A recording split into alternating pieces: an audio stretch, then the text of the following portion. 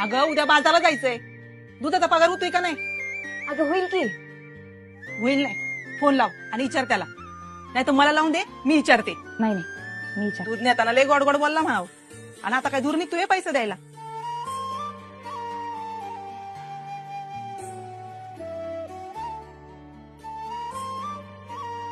हा, सायली बोलते जामकरवाडीतनं. ते दुधाचा पगार का होणार आहे? आई विचारत होती.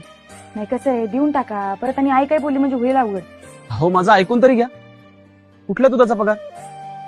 आणि तुम्हाला नेमकं कोणाला फोन लावायचा आहे? हेच की मनेर दूध डेअरी. आप्पा बोलताय ना? मनेर दूध डेअरी? हो, मी विशाल बोलतोय. आणि कुठले आप्पा पाहिजे तुम्हाला?